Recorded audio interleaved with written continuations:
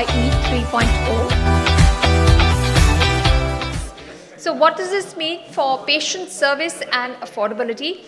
To discuss this, please welcome on stage our group of experts. Please welcome Dr. Vishal Gandhi, founder and CEO, BIORx Venture Advisors Private Limited. Please welcome him with a round of applause. Please also welcome on stage Mr. Rahul Aggarwal, Managing Director, Quadria Capital Advisors Private Limited, Dr. Girdhar Gyani, Director General, AHPI, Dr. Vijay Aggarwal, President Caho, Dr. Shuchin Bajaj, Founder, CEO, Ujala Cygnus Health Services, and Mr. Atantra Gupta, Head, Samsung HME Business for India and SAARC countries. Please give a round of applause to our speakers on stage. And I'll hand it over to Dr. Vishal Gandhi to take this discussion forward. Good evening, everyone. I must thank each one of you. I know the program is stretched a lot, but still you are here, shows your keenness to attend to our wonderful panelists. I must say that we couldn't have had a better opportunity and better panelists for this panel discussion. And panel discussion today is around, consolidation of healthcare sector, hospital particularly, because healthcare sector encompasses a lot, but I think today we're going to talk about largely on the hospital sector. And to introduce, I have, with me, Atantra. Atantra represents the medtech universe, Samsung Health. And then we have Dr. Shuchin Bajaj, who represents the CEO of Ujala Cygnus, who has himself undergone transformation, I would say like 1 or 2 rounds of merger acquisition to speak about. Then Dr. Vijay Aggarwal, who represents the organization called Caho, but he is also kind of an expert in the area of merger acquisition. I think his journey of Pushpanjali Crossley getting acquired by Max itself is a very great example for us to learn from him. And then Dr. Gyani, who represents a wonderful organization called AHPI, Association of Healthcare Providers of India, representing about 1,000 plus hospitals. And then last not the least is Abhishek, I think one of the astute healthcare investors in the country who've not only, taken bets at the later stage, but also in the early stage of hospitals like AIG, which actually has created a lot of value and established category in the gastroenterology space. So I think, again, I would reiterate that we couldn't have had a better panelist to talk about this, such an important topic. And while, this topic is quite expansive, considering that, considering that we have been listening since morning, so we are going to change the format a little bit. I had my original plan, but I think I'm not going to stick to that. So what I'm going to request each one of you to speak about the theme, and the theme is healthcare consolidation from each of your lens, because each of you bring a very complementary lens, from a medical device to healthcare delivery to association to capital provide. So why don't we start with Dr. Vijay. Dr. Vijay, would you like to give your opening remarks on the topic consolidation of Indian healthcare, especially hospitals? Okay. Good evening, and thank you, Vishal, for getting me here. I think when you look at the issue of consolidation, I'll say that in today's date, what is very important for any hospital, number one, to survive on its own or to be taken over and survive. The issue is that you need to build a good infrastructure. And that infrastructure should be naturally relevant to the kind of services that you are promising to deliver. Absolutely. You need to now invest in technology, which is a big game changer. Absolutely. I think it's not an option anymore. You have to invest in technology. And the third thing is that we need to focus on developing a culture of following best practices and developing a culture of safety in the organization. What is happening is that a lot of hospitals are going for the stamp of accreditation without understanding or without developing a culture of safety in the organization. I like a sentence of Peter Drucker when he says that culture eats strategy for breakfast.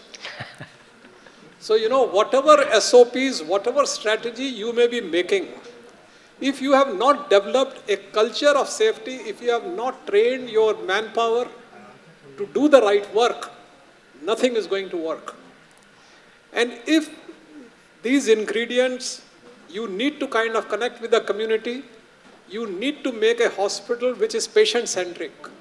You must kind of not only have it on paper that I am taking a patient feedback.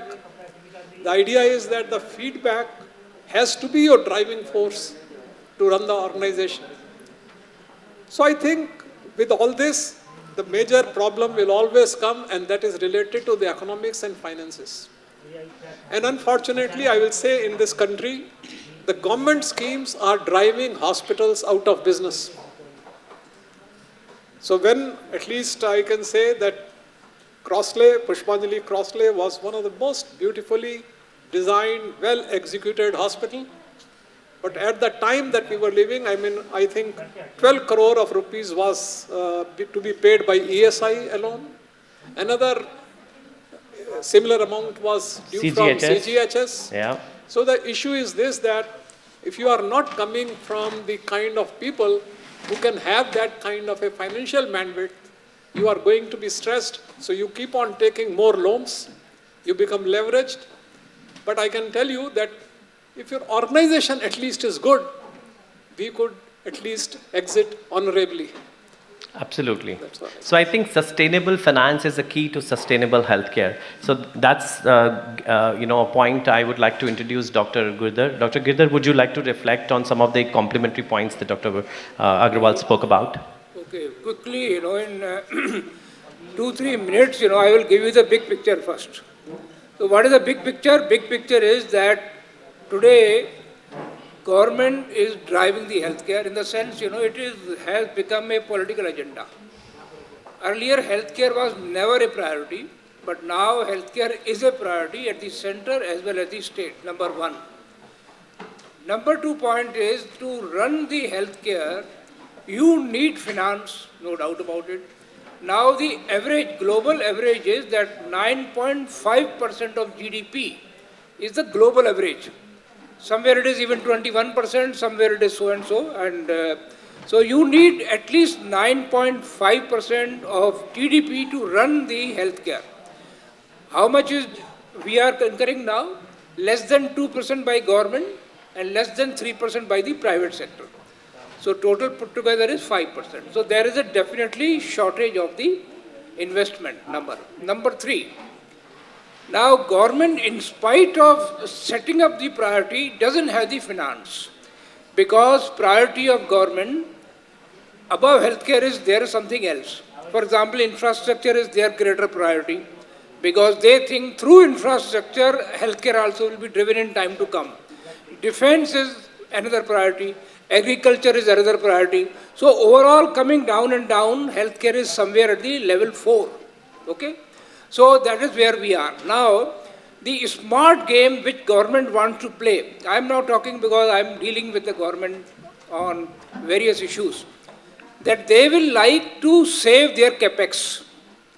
So they will like private sector to invest more and more, and they will buy the healthcare from the private sector to run the various schemes, what we have discussed in the previous section, PMJY, Ayushman Bharat, CGHS, ECHS, and all sorts of things. Because ultimately, they also have projected recently, on paper at least, that 70% of population has got some cover. How do they say that? They say 40% of population is covered under Ayushman Bharat. They may not actually, 40% population may not have the cards, but at least on paper, 40% is supposed to be covered under the PMJY. Then we have got private insurance, then we have ESI, then we have ECHS, all sorts of put together. The figure is coming to 70%. So that is a happy picture, at least on paper. So that is the third priority. So the government now wants private sector to invest in tier 3 town, tier 2 towns, and in the rural areas. But then there are roadblocks, which government now is trying to understand. And once they remove the roadblocks, private sector is ready to invest. But because of the condition Dr. Vijay mentioned just now, the viability is in problem. And finally, let me tell you that we have around 20 lakhs beds in the country. 20 lakhs, private and government put together. What you need is minimum 50 lakhs to reach to the threshold. So that means you need investment 2.5 times. So this conference which is being held has got really right ingredients. There is a need to invest more so in the areas which are not covered so far in the healthcare. And hopefully government is working to remove the roadblocks. So this is the pen picture I have given. I think the rest of the time our other panelists, and I will welcome question from the audience. Thank you for those very wonderful industry insights. Coming to Dr. Bajaj. Dr. Bajaj, what are the key drivers for consolidation? Because you probably can talk about from a micro and macro perspective, because you've seen, what led you to do the transaction, what you did, and of course where you stand today. So maybe I think your insights in terms of driving the consolidation in healthcare. What are those key top 3 parameters? I'll segue into the conversation from Dr. Vijay and Dr. Girdhar Gyani ji, because see, we run hospitals in small towns, in Tier 2, Tier 3. And since morning, we've been listening to this, that we have only 0.5 beds per 1,000. And Dr. Girdhar sir also said that we have only 20 lakh beds, we need 30 lakh more beds. Then why are the best of the hospital chains running at 60% occupancy levels, right? Why are we not able to fill beds? Why are patients being sold like cattle across hospitals for treatment? So there is this paradox that needs to be resolved on why do we not have enough patients when certainly there is a need for those patients to come to those hospitals. It's not just that the Indian healthcare scenario is underserved. It is under-accessed also. Yeah, I think it's inefficient actually. Yeah, very inefficient. This is what is called as complete market failure, right? Yeah, and I think increasing the GDP is not going to be the solution. I feel it is an important aspect, but I think restructuring the current, ecosystem is very important. Yeah, so increasing the GDP can lead you to, on an extreme scale, to US-like solutions where you spend trillions of dollars and almost 20% of the GDP to achieve outcomes which are worse than Cuba, or you go the other way. So, see, we have, as I said, one of the least hospitalization rates in the world. The Lancet Commission for Surgeries say that we should, as an LMIC country, be having about 5,000 surgeries per 100,000 population per year. And this number can go as high as 21,000 per 100,000 in countries where awareness is very high and out-of-pocket is very low, like the Scandinavian countries. Even Brazil has about 14,000. Now you see how many surgeries we had last year. India had about 2 crore surgeries last year in all, right? So that this number is only about 1,500, less than 1,500, about 1,400. So where are the other 3,500 patients? They do not have awareness, they do not have accessibility, they do not have availability, and most of all, they may not have affordability to go to the hospital and get those surgeries done. Sure. This is the reason why we need a lot of people to come together and drive this consolidation as we speak of. This consolidation is not only about what is happening right now of healthcare platforms being formed by some investor groups saying, okay, we will take over hospitals in the south, we will take over hospitals in the east, we'll merge them together to make an IPOable story. This is not about people like us who are joining 2-3 groups at a time and then driving investments into this and going from one hospital to 21 hospitals. It's about all of the stakeholders coming together, and the problem is in this most important conversation, we forget the most important stakeholder of us all, the patient. Yeah, nobody has spoken up from the patient side since morning. There has been no patient representation, no patient advocacy groups. So all of that needs to come together to drive real consolidation in the industry. Absolutely. Dr. Aggarwal, you wanted to share? I just wanted to make a quick point was that in a country where till today I do not know the exact number of doctors, neither the exact number of providers, is it not shameful even for somebody from the administration coming and saying, oh, we may have 60 lakh to 80 lakhs, but what do you mean with 60 to 80? There has to be an exact number. As a citizen, I don't know who are the doctors around me within the 5-kilometer radius. I don't know who is a neurologist, who is the cardiologist available near me. And we are in the IT capital, right? So unless this kind of a data, country is talking about CAA, if you can't have a CAA of the medical professionals, which is where you have the backbone today, just get it mandatorily that every provider, whether it is Ayush or whether it is a cardiologist or whether it is a general practitioner, his data has to be made available to the public. That's the point that Shuchin was just talking about. That's where you will bring patient into focus. Today, I use Amazon. Why? Because almost anything that I ask for is available on that platform or any other similar platform. Yeah. Same way, people will start using the digital this thing when I know I am seeking for a service and it is available on a particular platform. Absolutely. So let's hope that the social governance models, can get us there. So coming to Atantra, one of the key driver, in my opinion, for consolidation of healthcare is the medical technologies, and medical technologies are becoming very expensive. And so how do we view this as an opportunity? Do you think the overall patient care and the patient access to the good healthcare will actually be there, during the consolidation?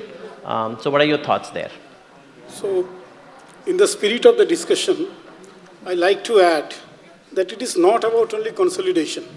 It is about technology intrusion into the healthcare or patient care, because we have to increase the accessibility and the healthcare deliverables.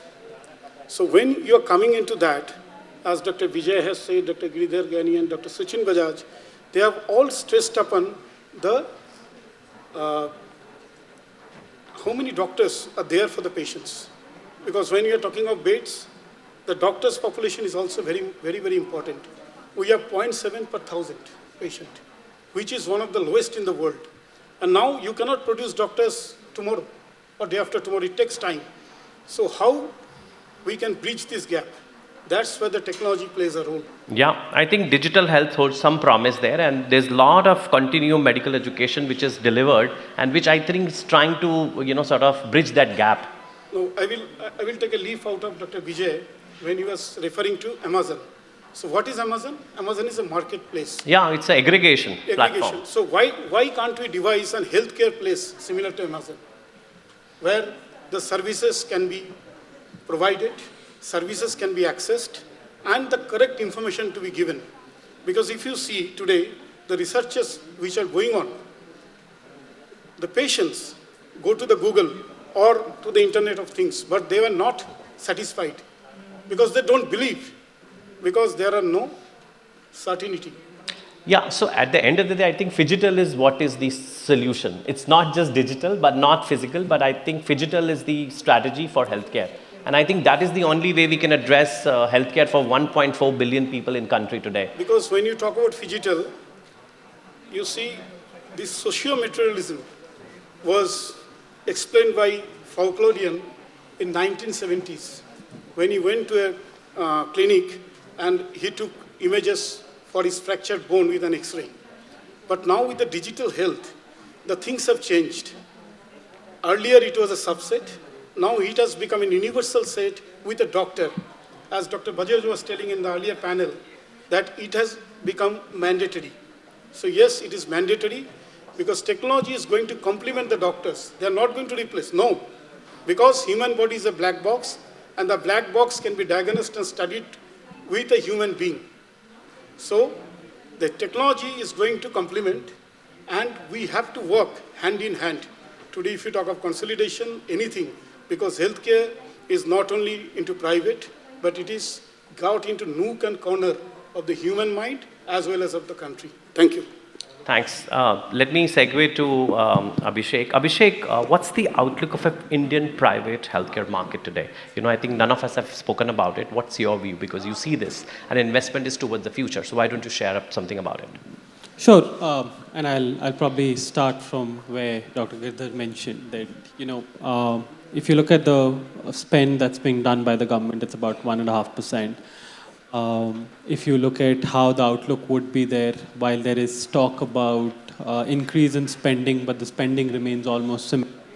A lot of the dependence on capital is from private capital. And if you look at most pools of private capital, whether it's early stage, whether it's growth stage, especially people like us, we believe that at least from a opportunity standpoint, given the demand, given the supply gap, there is immense opportunity over the next I would say at least a decade, 2 decades, to continue to invest and still be not at the OECD averages, leave the developed market averages, not even at OECD. So the opportunity is there on the private capital to continue to invest. However, having said that, I think I'll also mention that it's not that everything on the healthcare side also gets funded. As you think of capital, while healthcare is looked at more from an infrastructure perspective, with long gestation. So what's get funded? So let's talk about that. I was coming to that because I'm sure that would be of interest. So I think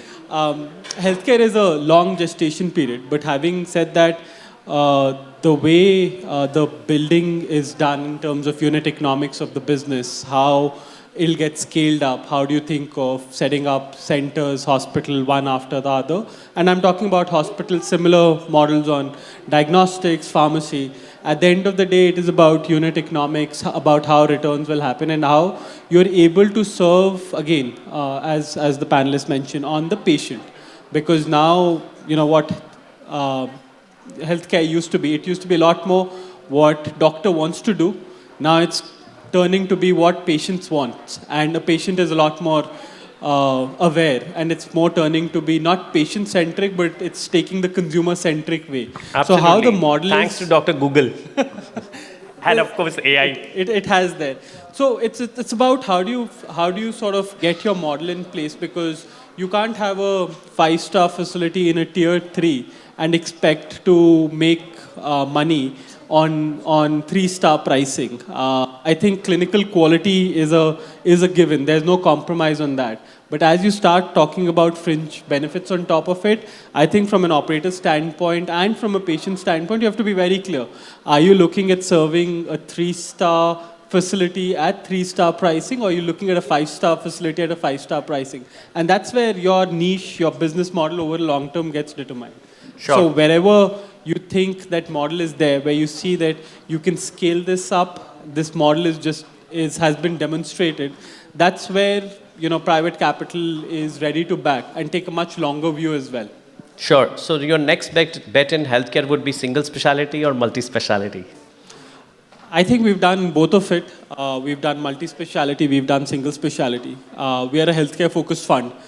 So for us, we continuously to look at multi-speciality and single speciality. I think, again, the data points are that while there are beds, if there is a multi-speciality in a Delhi, Gurgaon, it takes a lot of convincing internally to meet the threshold of why do we need to invest in a multi-speciality in a Delhi NCR. If it's something outside in tier 1, tier 2, tier 3 cities where you're basically solving for a problem, you could look at a multi-speciality. We've recently done a single speciality. So again, I think it's more about what is the problem you're solving and the market fitment from that standpoint. And we are sort of absolutely. indifferent. So I think this topic is so vast and we can spend 24 hours yet not get very good answer clarity. So I think what we should do is, since morning we have not had any Q&A, so I will open the house for a Q&A. I think you've been very patient audience, maybe 2 questions, yeah, please go ahead. We can hear you, go ahead. We don't want to waste time, yeah.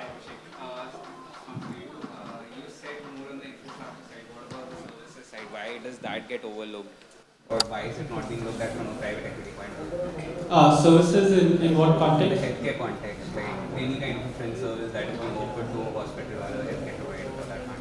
No, I think there is a lot more, visibility in those services. So let's say, I would say, and I'll talk about healthcare, I'll talk about pharma. So for example, in pharma, you've got packaging, right? Similarly, in services, it could be more in terms of laundry, in terms of retail, pharmacy, that side. So I think there is a lot more focus on that standpoint. If you had to look at the market, 40% of it is hospitals, 40% is pharma, 20% is all other markets. And hence, as you see, there aren't too many scalable models, and hence you haven't seen too much action there. But as we see models there is a lot of interest, but it's about how do you demonstrate scalability over a longer period for us to justify that.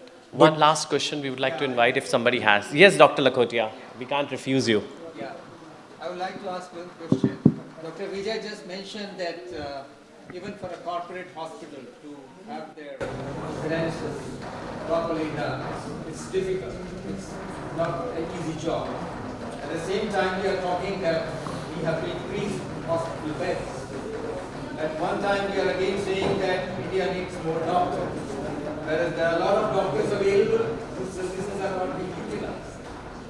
There is a big gap between these two extremes. If you have more hospitals, already you have a hospital which is not running and giving you profit, and you want to create more hospitals.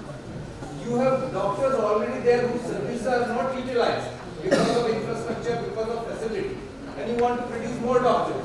It is just to put the figures into the place that we are comparable to international standards. We have to come to a solution where we make it effective. And the worst part is, the country is talking that these hospitals are the biggest polluters. And who is speaking? And we know what is happening in the country. Doctors are the worst sufferers. They are right from the student time to the end. They are studying and ask their family and the children, are they satisfied with their life? So what I want to say is there is a big gap in understanding the whole problem. There has to be a platform where everything is resolved and financials are met in such a way by government agencies that hospitals can run.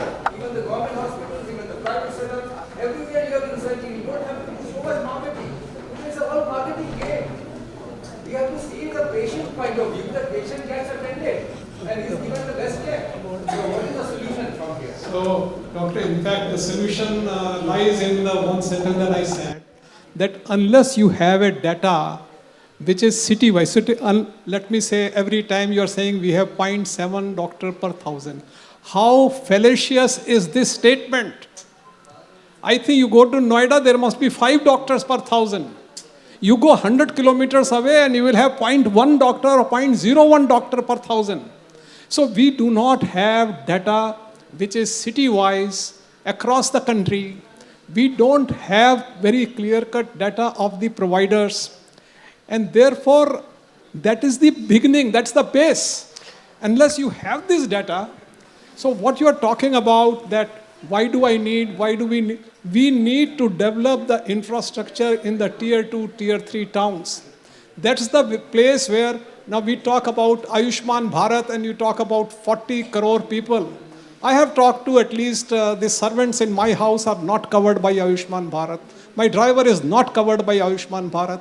Let me ask you, ladies and gentlemen, how many people are you aware that whose servants are covered by Ayushman Bharat? Absolutely. So the issue is that there is no transparency of data. So people are suffering and we have to resolve this. And we have to, if you want to resolve, the first thing is to bring a clarity on the kind of the doctors, including even the Ayush doctors. Today, for that 0.7 doctor per this thing, even the Ayush doctors are included. So they can also play a very important role. But I am saying that as a citizen, I want to know, I want to consult a neurologist. So I want to know, all right, that who is a neurologist available, let's say in the private sector within my 5 kilometers, 10 kilometers. Or let us say if he is in GB Pant hospital, when is his OPD? Why can't I take his appointment from the net? So there is a huge amount of thing that we can do, and you are absolutely right. Now what is happening is that a mistrust has been created in this country between the government and the private sector. People don't want to go to the government sector and want to ridicule the private sector that they are looting. Now let's understand that it is that people who are looting have made it possible that the bypass surgeries are being done almost in every town. Your knee replacements are happening in every town. Your cataract surgeries are happening in the I think that's the kind of impact, Dr. Lakhotia, somebody has created. And I think it's the private sector which has taken the lead. So sorry, sir, I've been hearing from Afzal Bhai that we need to conclude. This is a very important session and a very important insights. Dr. Lakhotia, one line from me, 80-20. So 80% of infrastructure is residing where 20% people are. And that's exactly what we talked about, inefficiency. So I think IT has a solution and we need to stick to IT capacity to be able to develop this. And this is how Amazon has been able to crack. I'm sure we will also be able to crack with people like you coming and a part of Consultation, right? And thank you everyone for coming together. So I'll hand it over back to the MC. Thank you, MC. Yeah. And thank you, Afzal Bhai, Manish Bhai, for putting this together for us. Thank you. Big thank you to all our speakers. I would now like to request Mr. Rajiv Nath and Mr. Gaurav Aggarwal to please come on stage to present our speakers with small gift from our side. We want to thank them for coming here and sharing their expertise with everyone. I request you to please present Dr. Vishal Gandhi, founder and CEO of BIORx Venture Advisors with a plant and a memento. Thank you so much for coming here and steering this discussion very beautifully.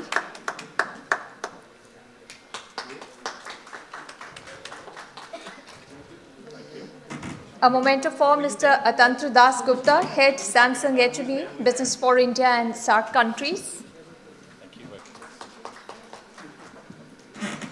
A memento for Dr. Shuchin Bajaj. I think he'll get a plant since he's already been given a memento. That's a bonus. I don't get to. Here's for nature.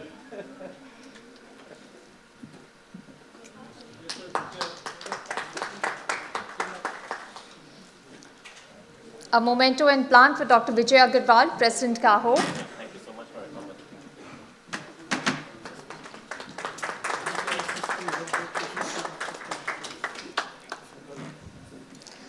A memento and plant for Dr. Girdhar Gyani, Director General, AHPI India.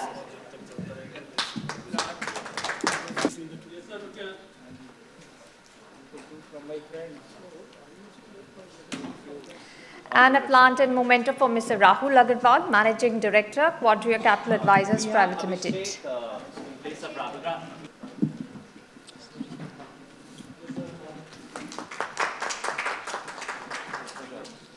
I request all of you to please gather for a group photograph.